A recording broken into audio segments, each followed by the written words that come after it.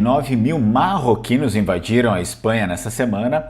A gente ficou sabendo disso, né? Enfim, todos os meios de comunicação noticiaram. Claro que cada um de um jeito diferente, às vezes puxando mais para um lado, às vezes para o outro. A gente sabe como é. Todo o meio de comunicação tem ali o seu viés.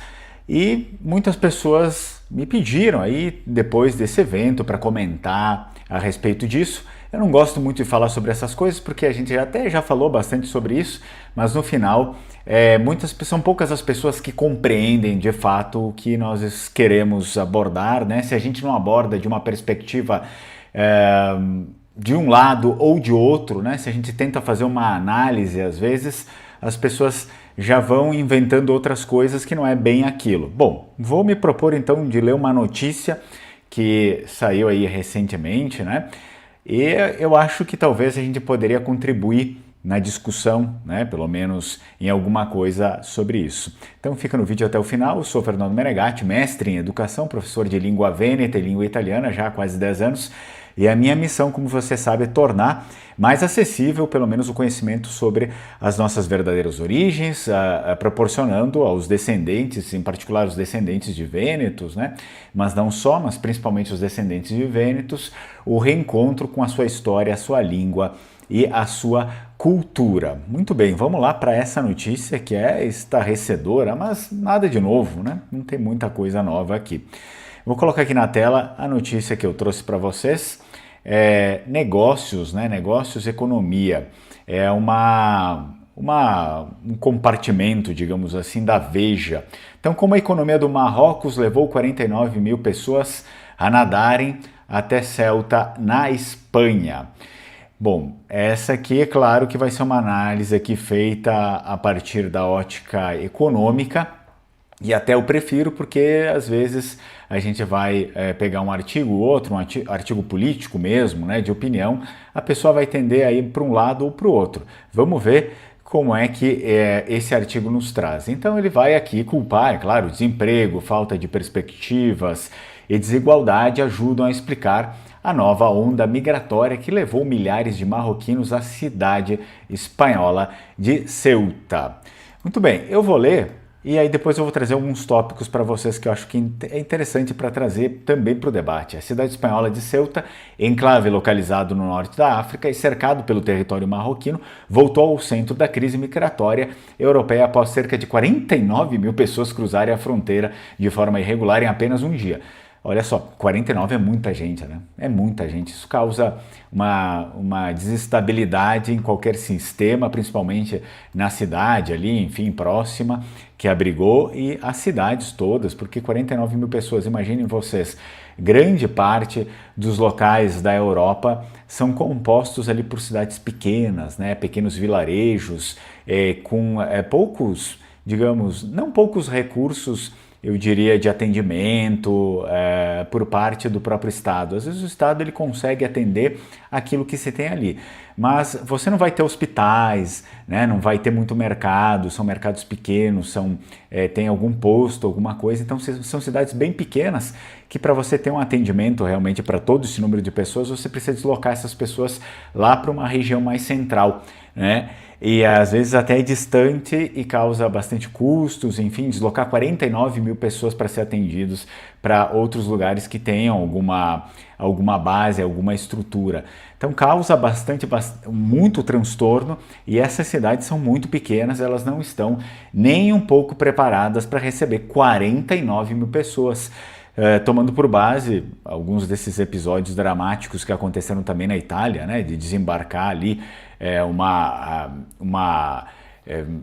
um número imenso, assim, né, gigantesco de pessoas, por exemplo, no sul da Itália, naquelas cidadezinhas de 1.000 habitantes, né, 2.000 habitantes, nem 1.000 habitantes. Nessa cidade não tem nada. Então você acaba causando um grande desespero também para as autoridades públicas, né, quando se deparam com uma coisa dessas. Bem, vamos lá, vamos continuar. E aí eles pontuam, muitas dessas pessoas chegaram nadando pelo mar Mediterrâneo. Olha o risco que as pessoas se colocam, né, em uma das maiores ondas migratórias já registradas na região. Então, quem sabe quantas pessoas também ali já não morreram antes de chegar. Chegaram os 49 mil, mas se vieram nadando, quem sabe. Embora fatores políticos e diplomáticos entre Espanha e Marrocos influenciem um cenário, a deterioração das condições econômicas no lado marroquino ajuda a explicar o aumento do fluxo migratório. Pois bem, então, assim, eu não sei, né, se dá para explicar apenas por essa lógica. Pouco conheço a respeito do Marrocos. Se tem alguém aqui que conhece muito sobre a economia marroquina, pode colocar aqui. Mas o fato é que não me parece ser um país que já teve alguma economia abundante, né? Que já teve uma economia que desse conta de absorver toda a mão de obra, de absorver toda a população, de fazer com que toda aquela população ali tivesse um mínimo de condições de sobrevivência, né? Então, não sei se realmente é esse o fato, né? Se a gente consegue aliviar toda essa pressão demográfica em cima da Espanha, né? Ou em cima da Europa em geral, simplesmente porque as economias estão ruins. Não me parece que elas já estiveram boas em algum momento, né? Se a gente for passar lá pela Idade Média, né? Pela Antiguidade até, ok, tem casos particulares. Mas se a gente for passar pela Idade Média, as economias também não eram tão boas assim. E não foi motivo de você despejar 50 mil pessoas ali, né? Então tem outras coisas. Então o país enfrenta altos índices de desemprego, principalmente entre os jovens, além do aumento do custo de vida e da dificuldade de acesso a oportunidades de trabalho e renda. Muito bem, só que, assim, essas são dificuldades que a gente vai encontrar também na Europa, por exemplo, né? Então, não me parece tão diferente. É óbvio que você vai ter situações diversas ali, que a infraestrutura vai ser melhor, o país ele funciona e atende, mas ele funciona e atende um devido número de cidadãos, né? Um determinado número de cidadãos. Não significa, por exemplo, eu já falei aqui para vocês, mencionei, você tem uma cidade ali que muitas vezes está preparada para atender o seu máximo 4 mil pessoas, né? A maior parte das cidades são pequenas. Não é despejando 50 mil pessoas que essa cidade vai continuar funcionando direito. Ou, enfim, você vai mandar mais digamos que não sejam nem os 50 mil, mas você vai mandar mais 10 mil pessoas para Madrid, sei lá, mais 20 mil pessoas para Barcelona. Chega uma hora que essa conta já não fecha mais. Porque é todo ano, é toda hora entrando esse montante de pessoas. Então não é preciso ser muito inteligente para entender que chega uma hora que o sistema não aguenta mais, né? Não suporta mais tantas pessoas assim. Como já demonstra, né? Aquele estado de bem-estar social, ele já decaiu. Se diz aí, nós temos vários países da Europa, eu não vou me lembrar com precisão agora, li alguma notícia faz alguns dias atrás, que algum desses países, não sei se era a França, acho que talvez foi a França, dizendo que o estado de bem-estar social estava finalizando, estava acabando, né? Ou seja, não é mais possível ter aqueles auxílios todos, aqueles benefícios todos, né? Aquela assistência ali para a população do jeito que era quando iniciou. Ainda mais você despejando uma pressão demográfica alta em locais que não têm estrutura ali para manter isso. Então a gente continua aqui com a notícia, né? Para milhares de marroquinos, Ceuta representa uma porta de entrada para a União Europeia. Não é que representa, é uma entrada para a União Europeia, certamente. E isso já nos mostra um pouco que a tendência, né, deles. O que significa? Não significa, é óbvio, que essas pessoas todas vão ficar ali na Espanha. É o mesmo caso do que ocorre ano após ano, por exemplo, com a Itália, né? As pessoas entram em algum lugar, assim como na Grécia, que é um país que, diga-se de passagem, não é rico, né? Não comparado, por exemplo, a uma Alemanha ou alguns outros países europeus ali que estão economicamente melhores. A Grécia até há poucos anos atrás quebrou, né? Teve que ser socorrida pela União Europeia. Contudo, eles adentram esses países para que consigam, posteriormente, uma grande fatia dessa pressão demográfica consiga se expandir para outros lugares da Europa, para ir lá para a Alemanha, principalmente, né? Então, porque tem uma economia ainda pujante, e enfim, para acessar outros caminhos ali. Então, não é um problema apenas do país que recebe, mas sim é um problema que ele vai começar a se expandir para outros lugares ali, vai causar um certo desconforto, não apenas, nós estamos vendo apenas pela ótica econômica agora, tá bom? Mas esperem que a gente vai analisar outras questões aqui que também são igualmente importantes. Ou seja, esse não é um problema que, por exemplo, a Alemanha tenha que olhar e dizer boa sorte Espanha, né? Ou boa sorte Itália, para os casos quando acontece com a Itália. Mas isso vai sobrar para ela também, daqui a pouco eles já estão subindo, estão indo para lá. Né? Então, para milhares de marroquinos, Ceuta representa uma porta de entrada para a União Europeia. E a gente já vê qual que é a intenção deles. A intenção deles não é fugir do Marrocos e o meu sonho de ir para a Espanha. Não, a intenção deles é realmente um outro objetivo, é ir para algum outro lugar ali da União Europeia. Geralmente a Alemanha, né? A Alemanha, às vezes, ok, a gente sabe que a Inglaterra não faz mais parte do bloco, mas mesmo assim ela ainda continua absorvendo bastante imigração, porque depois do Brexit o que parece, novamente, não sou um grande estudioso do caso britânico, do caso inglês na questão econômica do Brexit, mas me parece, pelo que eu já tenho acompanhado, pelo que eu já li, pelo que eu já assisti, é que com o Brexit, aquilo que conseguiram fazer foi mais tirar a oportunidade do migrante europeu, né, ficar ali na Inglaterra, mas isso não acabou com essa imigração ilegal, né? Porque a imigração ilegal não pede licença, ela só entra e fica ali. Então, quem pedia licença que foi embora. E grande maioria desses que pediam licenças eram os próprios europeus, no caso da Inglaterra, né? Do Brexit. Bom, para milhares de marroquinos, Ceuta representa uma porta de entrada para a União Europeia. Como território espanhol, a cidade oferece a perspectiva de acesso a um mercado de trabalho mais desenvolvido. Ele pontua aqui na matéria, né? Então, vamos lá, ó. Ceuta representa uma porta de entrada para a União Europeia.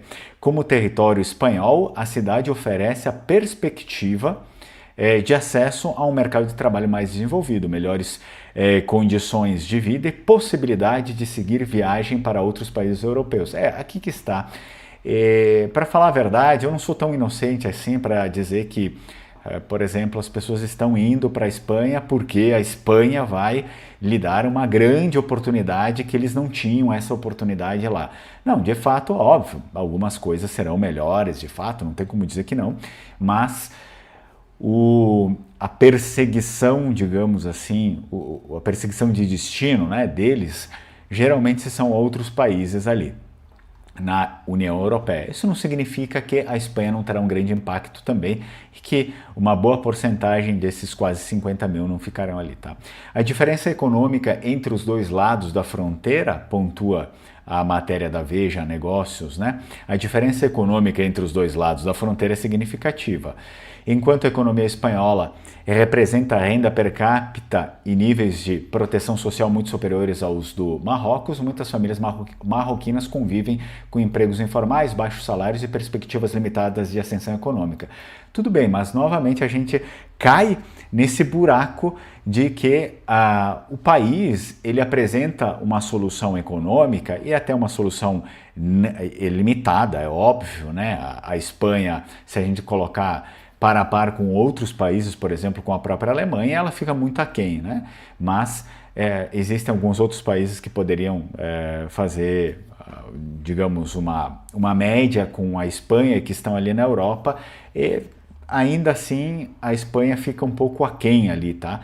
Porém, é um bom país, né, pelo que parece, mas o que acontece é que se tem estrutura, né? A estrutura ela tá ali para atender um determinado número de pessoas. Ela foi feita e ela é mantida e ela é paga, né, por um determinado número de pessoas. A partir do momento que você pressiona, né, com números excedentes, números muito maiores ali, isso vai deixar de ser desse jeito, tá? Então, além das dificuldades estruturais, o aumento do custo dos alimentos, da moradia e de outros itens essenciais tem pressionado o orçamento das famílias na questão do Marrocos. O cenário afeta principalmente os jovens, que enfrentam uma das maiores taxas de desemprego do país e vem na migração uma alternativa para melhorar de vida. Mas mesmo assim, na Europa também, né, em grande parte dos países, a gente enxerga que principalmente os mais jovens sofrem com esse problema aí da taxa de desemprego, ou às vezes são empregos que não correspondem à sua formação. A pessoa estuda para ser, enfim, né, para trabalhar numa área administrativa, para fazer isso, fazer aquilo, e o mercado não é pujante o suficiente para absorver essas pessoas que são qualificadas. Foi o que essa semana mesmo a gente conversou aqui no canal a respeito de italianos qualificados, grande maioria deles do norte da Itália, né, Lombardia, Vêneto, Emília-Romanha, Piemonte, que recebem propostas de emprego no Brasil, né? E essas pessoas vêm para o Brasil para ocupar então esses grandes cargos dos quais eles tomaram, enfim, conhecimento técnico, conhecimento teórico durante toda a sua caminhada, né, durante toda a sua jornada acadêmica e profissional, e que o país de origem não consegue absorver aquilo ali, né? E quando eles vão para algum outro país, por exemplo, na Alemanha, você, né, talvez não consiga ter empregos tão bons quanto os alemães. Então, mesmo sendo europeu, é um fato. É um fato, isso não, a gente não pode ser inocente. Não é que todo mundo, todo europeu que vá lá para a Alemanha, ele vai conseguir ter um emprego tão bom ou de um nível tão superior, um salário tão bom quanto um alemão, por exemplo, né?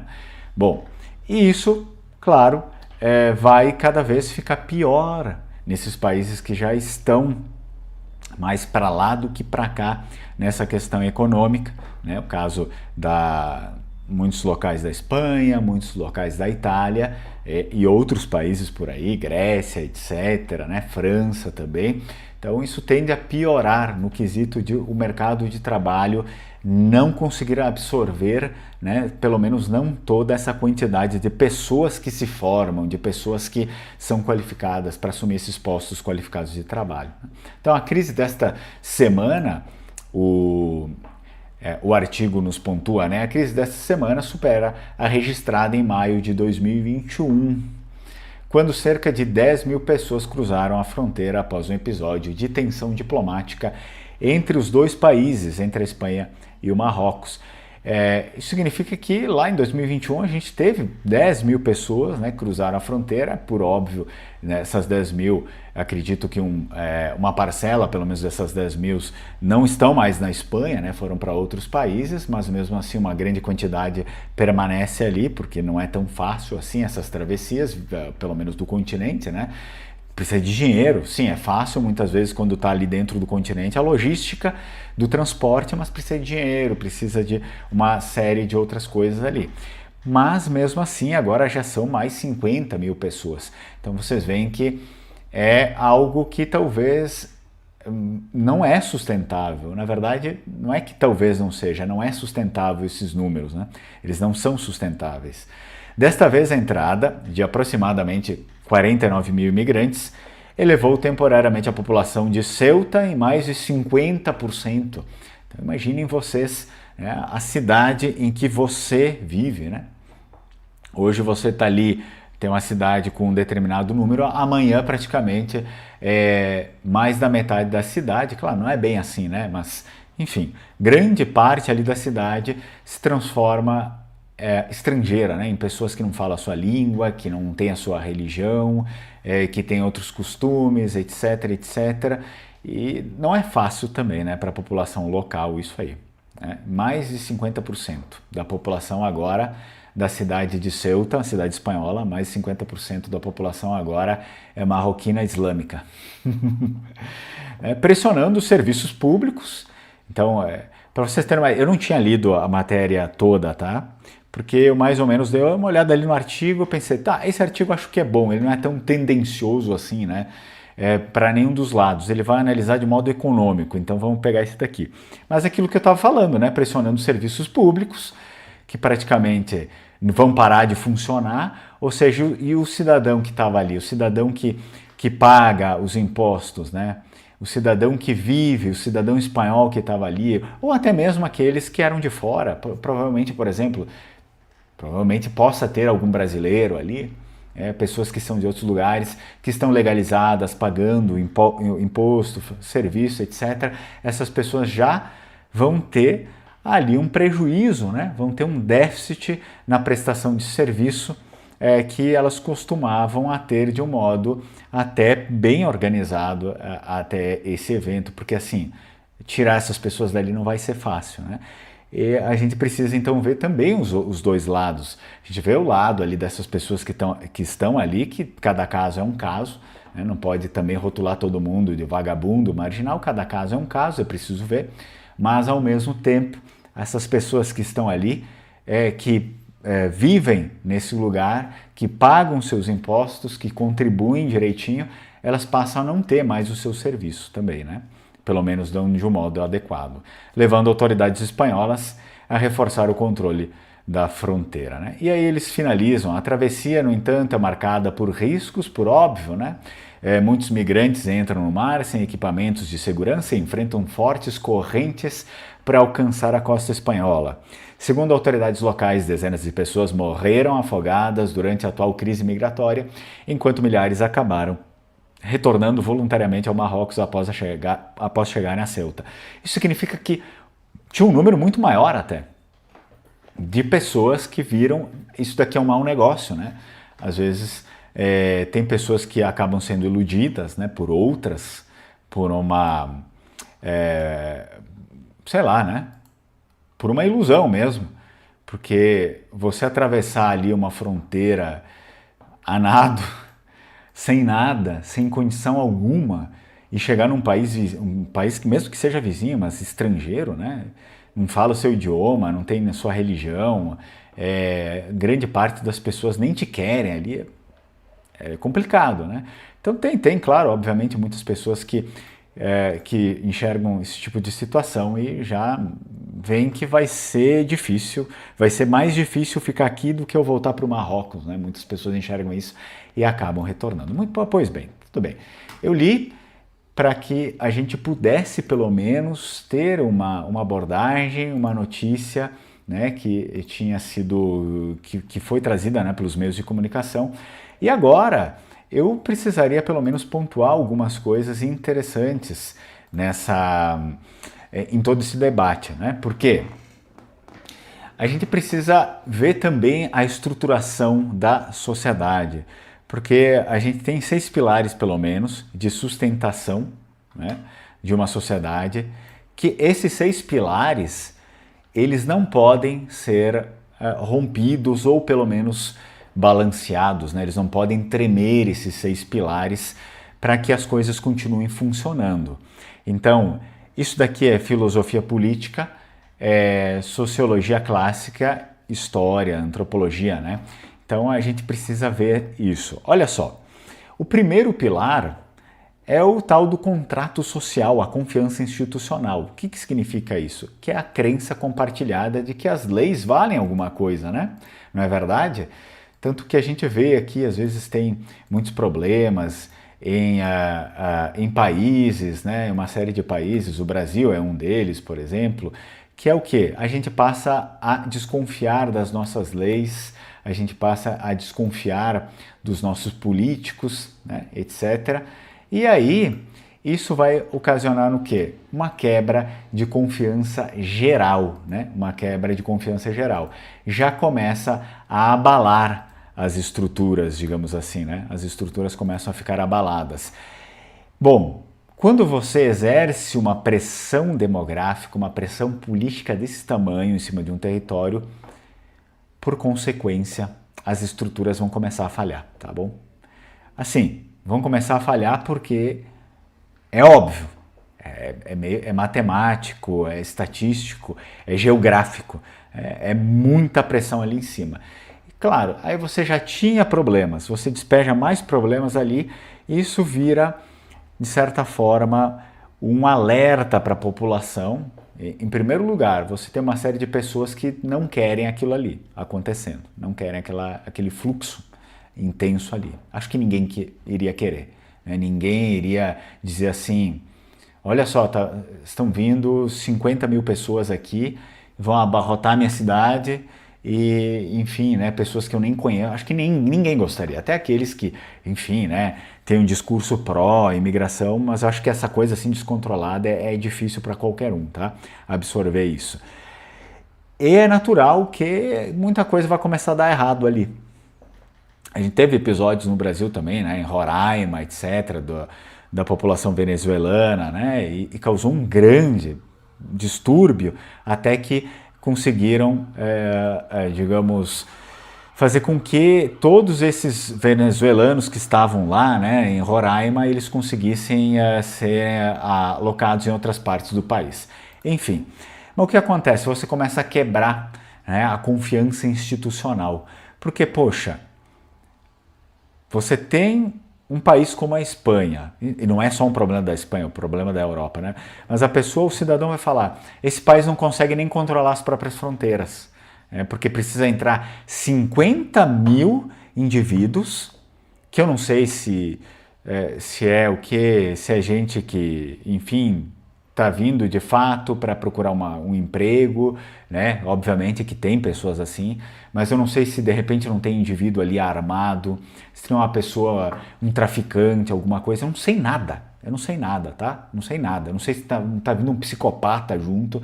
Então, entra 50 mil pessoas desconhecidas na minha cidade, no meu país, e não tem polícia, não tem justiça. Aqui já quebrou. Entendeu? O contrato social aqui, ó, pá, rachou. Então, o primeiro ponto, o primeiro pilar, né, da civilização, da sociedade, ele já foi quebrado aqui. Não quebrou só na cidade, quebrou no país inteiro. Né? As pessoas vão olhar, 50 mil pessoas, 50 mil pessoas. Né?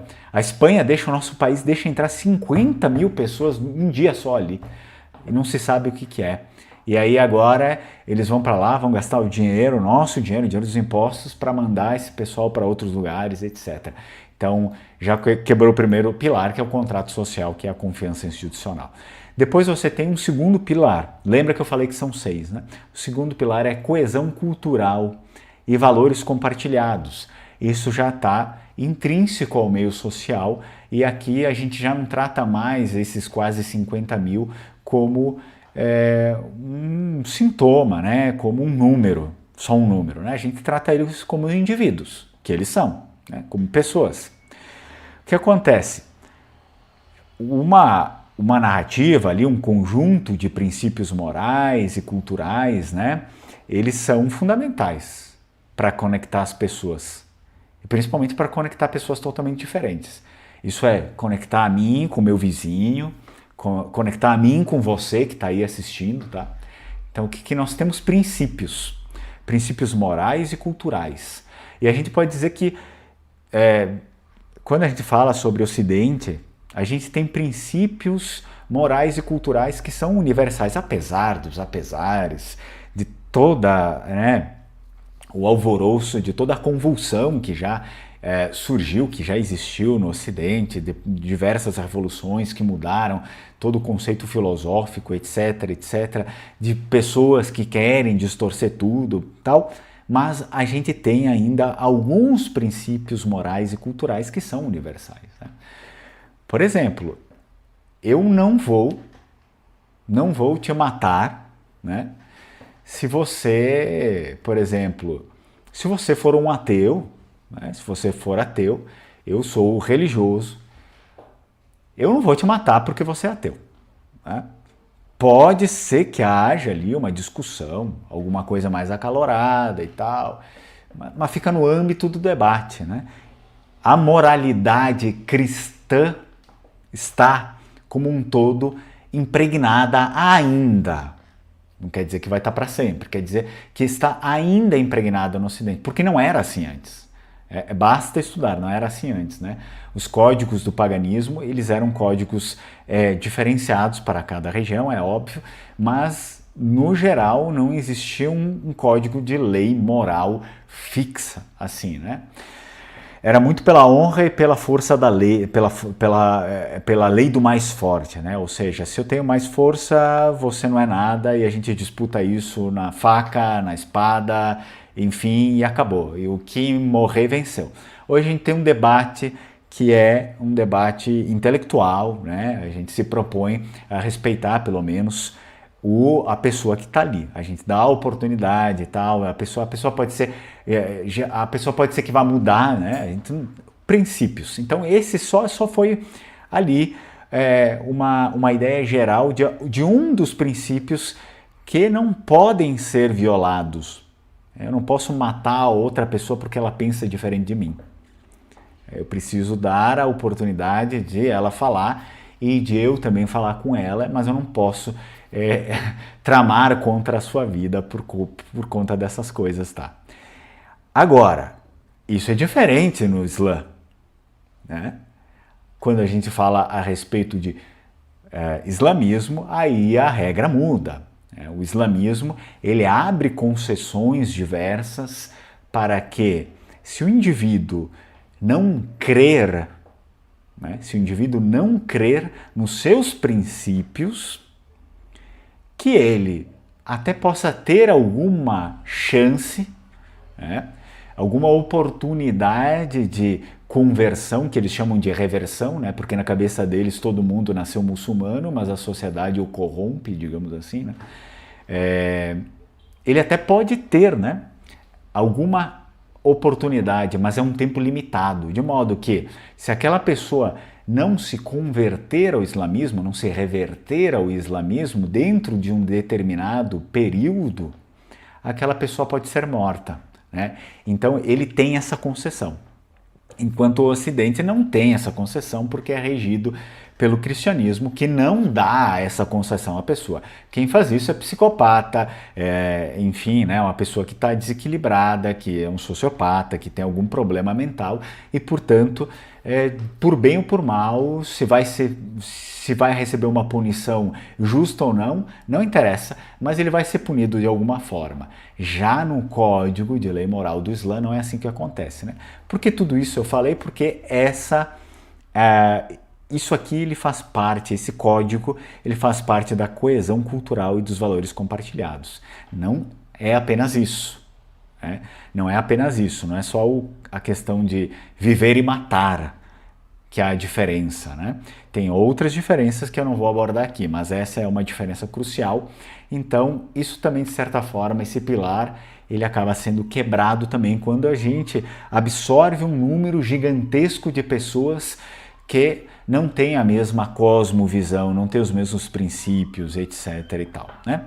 Então a gente faz o quê? Acaba numa polarização extrema, onde grupos opostos ali deixam de se enxergar como cidadãos do mesmo país, e de fato eles não são cidadãos do mesmo país e passam a se ver como inimigos existenciais. E isso anda acontecendo já com muita frequência e há algum tempo em locais da Europa, né? Então, esse diálogo político / social, né, é substituído pela desumanização do outro, que é basicamente aquilo que a gente muito observou em diversos períodos da história, né? Então, principalmente na Idade Média, ali quando você tinha guerras, né? Enfim, invasões de território por outras populações de outras culturas, de outras religiões, acabava trazendo um pouco disso também. Vamos lá. O terceiro pilar que a gente pode analisar se já foi quebrado ou não é a segurança física e a ordem pública. Né? O monopólio legítimo da violência pelo Estado, né, para garantir que as pessoas possam ir e vir, é o que a gente chama desse terceiro pilar, que é a segurança física e a ordem pública. Isso não é de hoje, isso é desde o tempo da Roma Antiga, tá? Para não dizer que provavelmente seja mais, é muito mais antigo do que isso, mas Roma Antiga é um bom período para a gente definir ocidentalmente, né? Então, trabalhar e viver sem medo, né, constante de agressão ou crime, e aí a gente já vê que isso muda bastante, provavelmente já tenha mudado nessa cidade, em Ceuta, vai mudar nas outras, nas cidades ao redor também muda, na Espanha inteira talvez, né? E na Europa a gente vê muito disso já aconteceu. Então, a escalada do crime que tende a transformar-se em crime organizado em pouco tempo, milícias, né, assumindo o controle de territórios, coisas que acontecem também já no Brasil, não assumidos por estrangeiros, apesar de ter colaboração, né, de estrangeiros, mas assumido também por próprios brasileiros natos. Isso causa, de certa forma, não só a impressão, mas a falência do sistema de segurança pública, e a população inicia uma vida sob estado de pavor contínuo, ou seja, ela não tem coragem de sair em todos os lugares, não quer mais se arriscar a sair à noite, etc, etc, etc. Né? Então vamos lá para o quarto pilar, e a gente já está se encaminhando para o final do vídeo, depois eu dou uma olhada ali nos comentários de vocês. O quarto pilar é o que? A estabilidade e fluidez econômica. Bom, aqui pode ser que tenha uma resistência um pouco maior, né? Porque você está num bloco europeu, etc e tal. Um sistema que ele precisa permitir ali a troca de bens e serviços, a previsibilidade financeira, né? Ou seja, uma moeda estável, a percepção de oportunidade de subsistência, mobilidade social, etc, etc. Esse aqui, ele já apresenta problemas, mas são problemas que lá ou cá eles conseguem ser supridos de alguma forma, com maior endividamento do país, e isso, aquilo, então costuma demorar mais nós termos um racha total, né, nessa questão. Vamos lá para o 5, infraestrutura vital e redes de suporte. Acesso contínuo a recursos essenciais, por exemplo, água potável, energia, alimentos, saúde pública, saneamento básico, etc. Bom, aqui a gente já vai ter problemas ali, tá? Principalmente em Ceuta, em cidades que estão ali às voltas, né? Enfim, isso aqui já vai apresentar um certo problema, né? Falha sistêmica na distribuição de recursos primários, a escassez da água, comida. Historicamente, isso aqui sempre foi um gatilho mais rápido para colapsos sociais repentinos. Não que isso não possa acontecer, né, daqui futuramente na Europa inteira por conta disso. E o sexto pilar e o último é a família, né, é a transmissão intergeracional. Qual que é a base disso? São as estruturas primárias de socialização, ou seja, a família, comunidades locais, educação, estão responsáveis por formar novos cidadãos, ensinar ética de convivência e transmitir conhecimento acumulado. Isso um pouco que está em consonância com o primeiro pilar, que é o contrato social e a confiança institucional, querendo ou não, né? Nós vamos ter sinais de ruínas, abalados, a partir do momento que a gente vê um abandono sistemático educacional, um colapso do cuidado com os vulneráveis, por exemplo, com crianças, idosos, a perda de repertório histórico e cultural, muito por conta de outras culturas, né, de outras histórias que ali entram, gerando, claro, gerações sem conexão com o passado ou perspectiva de futuro, que é o que a gente já analisa em segundas ou terceiras gerações de filhos de imigrantes ali, islâmicos na Europa. Porque é o quê? Muitas vezes são pessoas, não estou falando que são todos, né?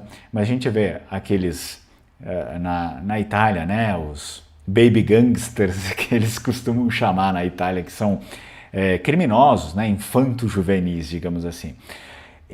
Geralmente eles vêm de famílias de imigrantes, esses imigrantes, boa parte deles são islâmicos, e é muito difícil dessas pessoas se integrarem à sociedade. De fato, elas nem querem, elas recebem uma educação restrita dentro da família, e também uma educação de enxergar o outro, né, como um inimigo, de enxergar o outro como diferente, ou seja, não, eles não são, já não sendo islâmico é um grande problema, né, para eles também. Não que eu não quero generalizar de uma certa forma, parecendo laicista ao ponto de dizer, sei lá, para um cristão, um outro não ser cristão não é um problema. Claro que é um problema, claro que é um problema, mas não é um problema de vida ou morte, né? Não é um problema, não é um problema de eu vou matar a pessoa, tá? Não é um problema de vida ou morte, não vai acontecer um assassinato se tudo estiver em paz ali, enfim, acontece um debate, acontece um diálogo. Pro muçulmano, a partir do momento que ele é a maioria, não existe mais debate, não existe mais diálogo, existe ali a Sharia, como a gente sabe, né? Se você não sabe o que é Sharia, pesquisa ali na internet, né? Que são as leis, a lei islâmica teocrática. Então, dificilmente ali uma sociedade rui, né, pela falha de apenas um desses pilares que eu apresentei para vocês. O colapso, ele costuma ser um efeito dominó, vai caindo uma, vai caindo outra, ou assim, sistematicamente, tá? Isso não é uma coisa que acontece agora, assim, deu problema aqui, então vai dar um colapso geral, porque na verdade o colapso ele vai transcorrendo, né? Ele vai acontecendo, esse colapso. Esse colapso já está acontecendo. Está acontecendo não só na Europa, né? Está acontecendo no mundo inteiro, digamos assim, mas a gente consegue ver isso de um jeito um pouco mais limpo, né? Ali na questão europeia. Então a crise, por exemplo, a crise econômica fragiliza a segurança, destrói a confiança nas leis, acirra a divisão cultural, até que o sistema inteiro entra em colapso total.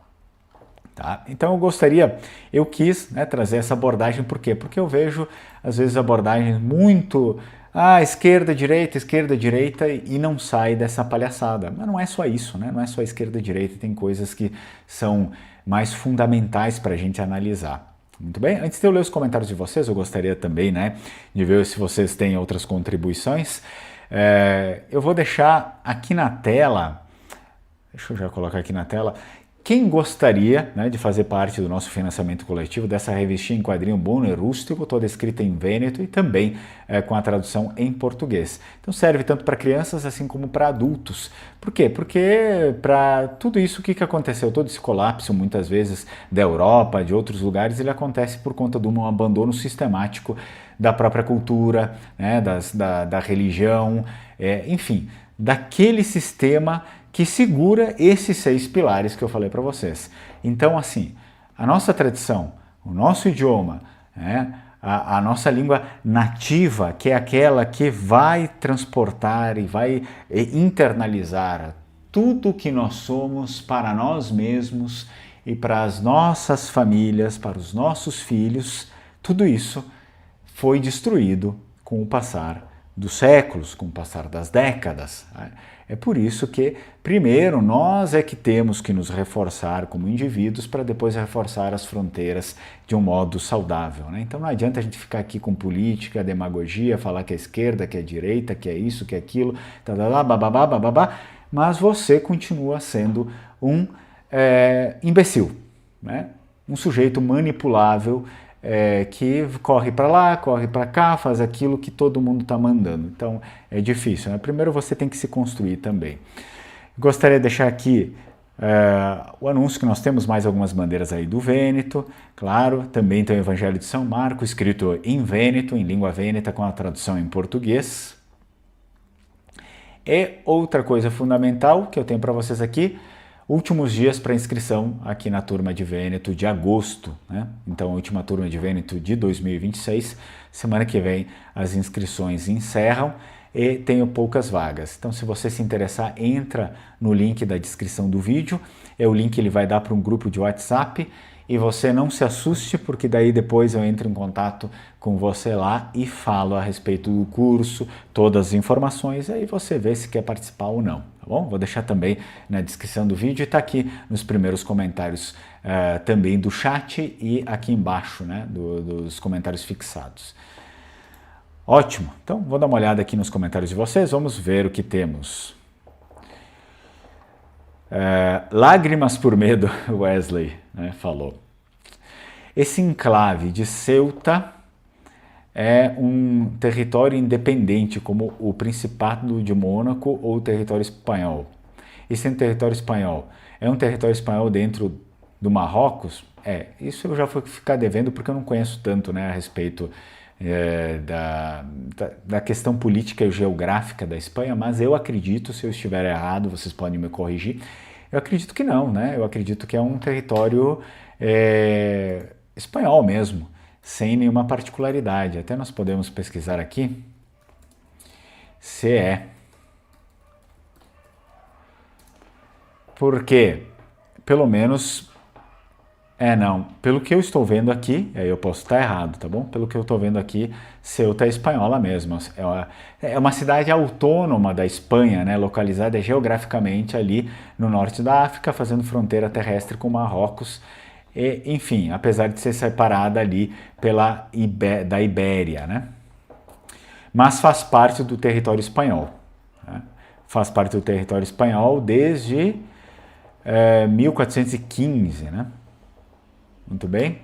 Possui um status político de autonomia dentro do modelo territorial espanhol, similar ao de uma comunidade autônoma. E também integra a União Europeia. Né? Utiliza, por exemplo, o euro como moeda. Claro que tem o quê? Tem uma tensão geopolítica ali, o Marrocos reivindica o local. Mas o que nós temos aqui? O pessoal aqui falando, essa invasão não foi por acaso. Então, nós podemos também pensar nisso. Quem será que está por trás? Wesley está perguntando. Na minha opinião, foi orquestrado.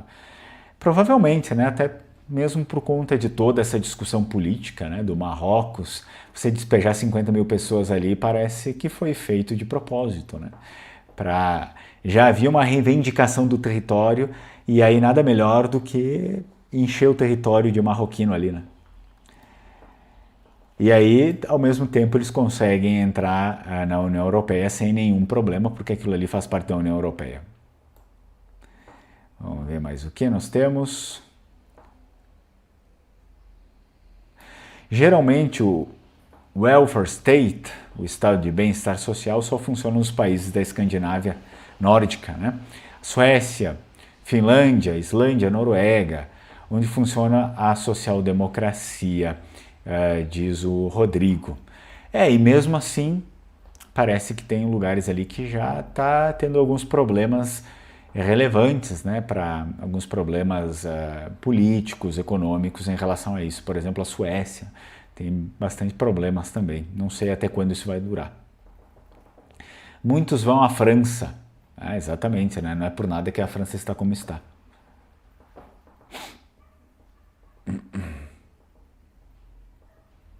Sim, exato, né? Nós temos essa particularidade que Ceuta foi conquistada por Portugal, havia visto também isso sob o comando do rei Dom João I, expansão marítima portuguesa lá de 1580, e com a crise sucessória, Filipe II da Espanha tomou, né?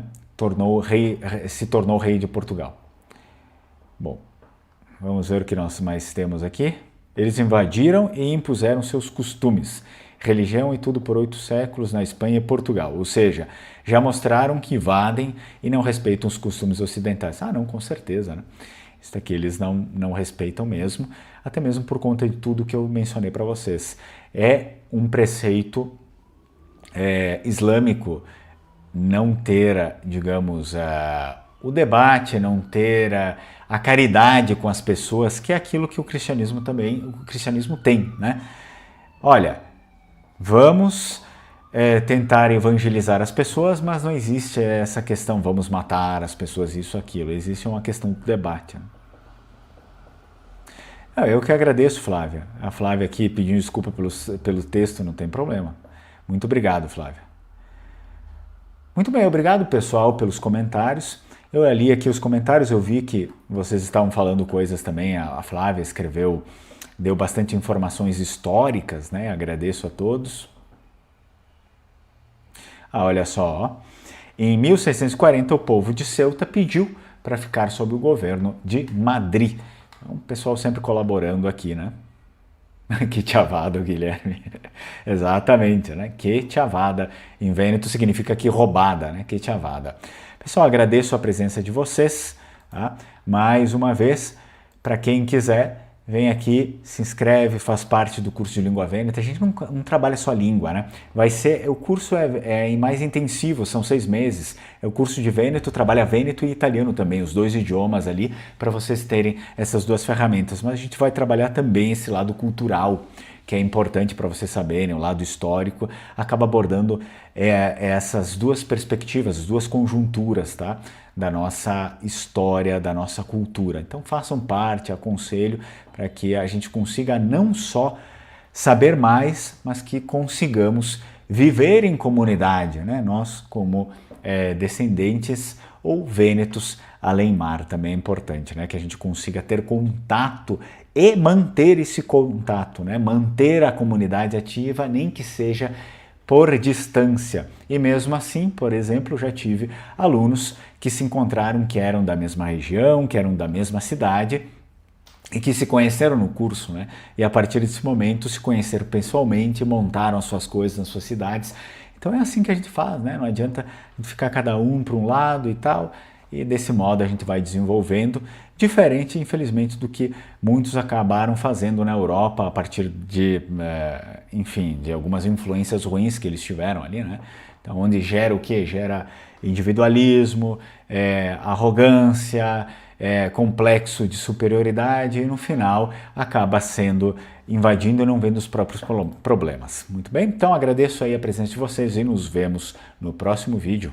Tchau, tchau, Strucon.